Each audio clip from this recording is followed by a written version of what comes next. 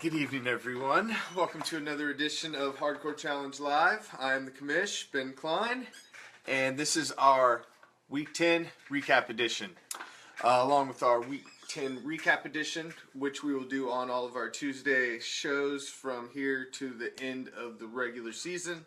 We will be breaking down your playoff picture for you. Well, what do we have here? It looks like we have somebody trying to call the show. I wonder who this might be.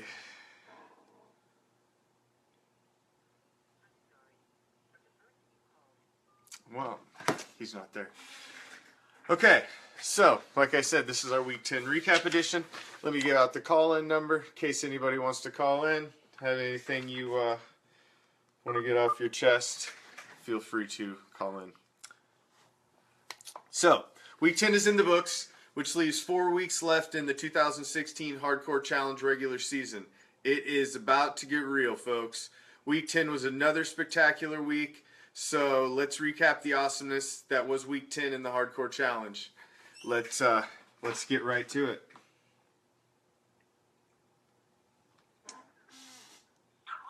Hello? Hey, what's up, man? Hey. Who do we have on the line here?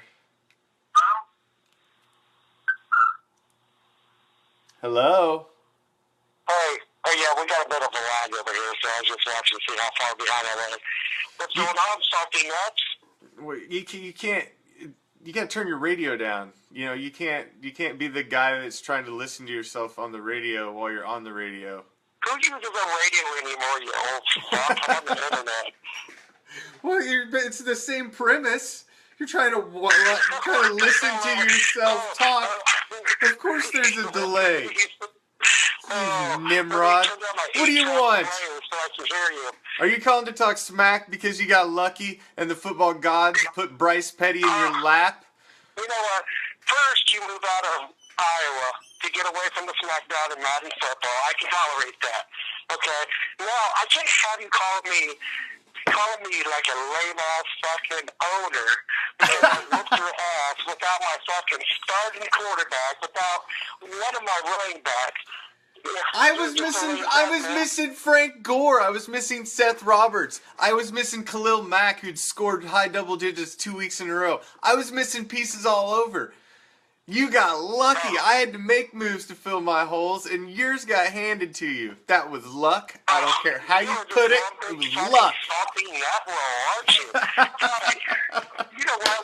When I woke up today, and you were just pissed off, that made my whole day. I smiled all day just knowing that you were irritated as fuck that I won. So I want to thank you for that. Yeah, I was too. You beat me, you son of a bitch. Well, that's all I wanted. I just wanted to call you out and say, oh yeah, you probably ended my season, but most likely that probably ended my season. But you've got a tough road ahead of you. I got a knack for beating you. I still got that picture of you with Roman #1 in your forehead somewhere. If you want me to bring that up. So, yeah. Yeah, all right. Well, I'll let you get back to your show, Salty Nut Roll. So, have a good one, man. All right. Well, good luck this week. I don't know who you play, but we'll see. You too, bud. All right. Bye. Alrighty. Well, obviously, I lost to Des Cottet, so there you go. It was the battle of we both needed to freaking win, or our season was pretty well done, and, well, he won, and my season's done, most likely. So that's what you have. So let's get back to the breakdown. Let's start with the upset of the week, which was by far Renegade Misfits winning a hard-fought, close shootout with I'm Thinking RBs by 2 points. This was a huge win as they pulled even closer, staying in the hunt for their first ever playoff appearance and possible first division crown. Renegade Misfits is now the hottest team in the league. They have won 5 straight. And they are a force to be reckoned with here in the playoff run down the stretch. Now, RB's loss tightens up the race atop the Great White North as well. That is a big loss for them. That pulls them down within striking distance of Johnsonville Brats if they can keep it rolling. So that is a big loss for Arby's and a huge win for Renegade Misfits, who has been chasing They See Me Rollin' all season. They See Me Rollin's looked weak finally. We'll get to that in a minute. Now, moving over to the Elite East Division. The division-leading Pale Horsemen was a target of the vengeful 5-3 Bandits as they put the division on notice this week, calling them all out, letting them know he was going to run the table and finish 7-7. He took down the top dog this week, and so far he is good on his proclamation. Can Willie do it again this week? Can he lead the 5-3 Bandits to a 7-7 finish? It'd be an impressive run considering where he's sitting right now. But he did just take down the top dog in the division this week. So he's already called out Oski Assassins for this week. I seen it on the league homepage. So just putting it out there. Just putting it out there. With the loss to Pale Horsemen, the defending league champ, Bison Broncos, has scratched together a 3-game winning streak and pulled to within a game of the division lead now.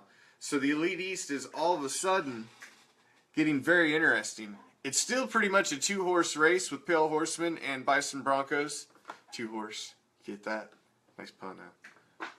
But still a 2-horse race there for the top of the division. But, you know, it's getting interesting. Oski Assassin and Cheesehead, there's only 2 games separating them. So, I mean, if either one of them got hot and the other teams got really cold, you know, stranger things have happened. So now looking at the Wild West, the rivalry between Stinky Pinky and Tama Tears is getting heated again this season. Tama Tears took down Stinky Pinky for the 2nd time this season. That sweeps them in 2016 and also bumped them from atop the division lead. By doing so, they claim a half-game lead and move into first place in the division. That was a huge game. It was very close to being game of the week, but I didn't quite pick it because I thought this game was bigger. The one that took place in the Dirty South. The division was host to game of the week in week 9 as division leading They See Me Rollin', who came in with only 1 loss, was taking on the red hot Beaver Street Roar. Now, the Beaver Street Roar had lost a close game the first time they met, but it was not even close in the rematch. Not even close in the rematch. Beaver Street Roar destroyed They See Me Rollin' 221-140. A complete freaking bloody murder. I believe they're still cleaning up the crime scene from that. I mean, it was one of them beatdowns like you knew out of the first game it was going to be a slaughter, and it just kept going. 221-140, that's a freaking beatdown. Curb stomping. And to happen in the game of the week, that was big. I picked it completely wrong. Completely wrong. I picked They See Me Rollin' to continue winning, and I was way off. That drops my game of the week predictions to 6-4 on the season, and I need to pick it up. Pick that one way off. Way off. Now, with that being said, this didn't move Beaver Street Roar into first place, but They See Me Rollin' had been sitting up there at 8-1 forever, so it drops them to 8-2. Now Beaver Street Roar and Renegade Misfits are sitting right behind them at 7-3. That makes the race that much tighter because we're in the second half of the division schedule and all the teams are playing their division mates. So, to clarify, because I know within the next week or two, all of you will be starting to contact me and asking me, am I still in the playoffs? Am I eliminated? What do I got to do to make it? Well, you got to freaking win. For one, that's what you got to do to make it. And if you're asking me if you're in the playoffs or not, you're probably not.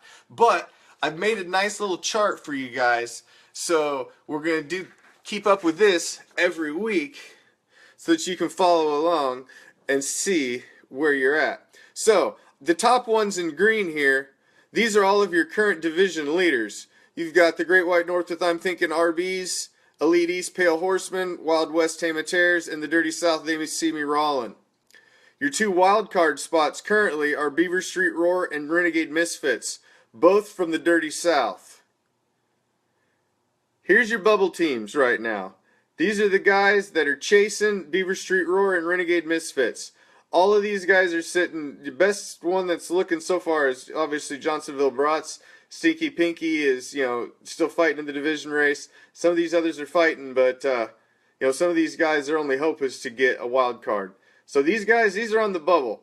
You're chasing these two right here, Beaver Street Row and Renegade Misfits. Now these guys down here, 4 and 6, Big Mac Attack, me, I'm in there. We're on life support. You know, we're hanging in there. We're trying. You know, and if the shit hits the fan for the teams up top, we might have a chance in hell of maybe squeaking a last wild card spot, but it's pretty doubtful. Our season's pretty much over. Then you got these two guys down here, the 5-3 Bandits and Vandalay Industries, 3 and 7. They're the Walking Dead. You know, they're pretty much dead, but they're not so dead that they don't know they're dead yet. You know, they're still fighting, trying to eat your face, what have you. And then you got Roid Ragers down here. He's freaking flatlined, and we don't need to talk about him because he's irrelevant. He's the Cleveland Browns of the Hardcore Challenge, and we don't waste time talking about the Browns because it's the Browns. Cleveland sucks. Their team even left them, became the freaking Ravens. They suck so bad. So they had to get the Browns twice. That's how bad they suck. All right. I don't like the Browns. Did you notice that? Okay, so I hope that cleared it up for you, you know, as far as the playoff picture.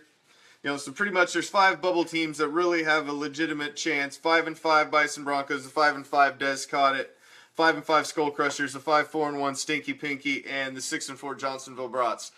Those are they got a shot, but Beaver Street Row and Renegade Misfits have been slamming up some points, and they're holding the wild card spot only because the number 1 ranked team in the league on the power rankings, They See Me Rollin', is leading their division. That is by far the strongest division in the league right now. They have 3 of the top 4 teams in the power rankings in the Dirty South. They have 1, 3, and 4. With number 2 being I'm Thinking RBs in the Great White North. So, it's getting interesting, folks. It's getting interesting. The playoff push is upon us. There's exactly 4 weeks left. 4 weeks in the Hardcore Challenge to secure a playoff spot. Those wild cards are valuable. It's only 2 of them. So, that leaves a lot of us scratching. Trying to get those 2 wild card spots, and I'm one of the guys scratching. That was a tough loss this week. I still call it luck. You didn't plan for that. You didn't have Bryce Petty on your radar. That was luck. But call it what you will. Call it what you will. It is still a W. It is still a W nonetheless. Week 11's here. You ready for the challenge? Good luck. Game on.